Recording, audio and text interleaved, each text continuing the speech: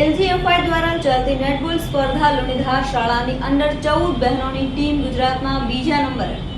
અમરેલી જિલ્લાના કુંકાવાવના લુણીધાર ગામની શાળા શ્રી એલજી એજ્યુકેશન કેમ્પસે ગુજરાત રાજ્યમાં ડંકો વગાડ્યો છે.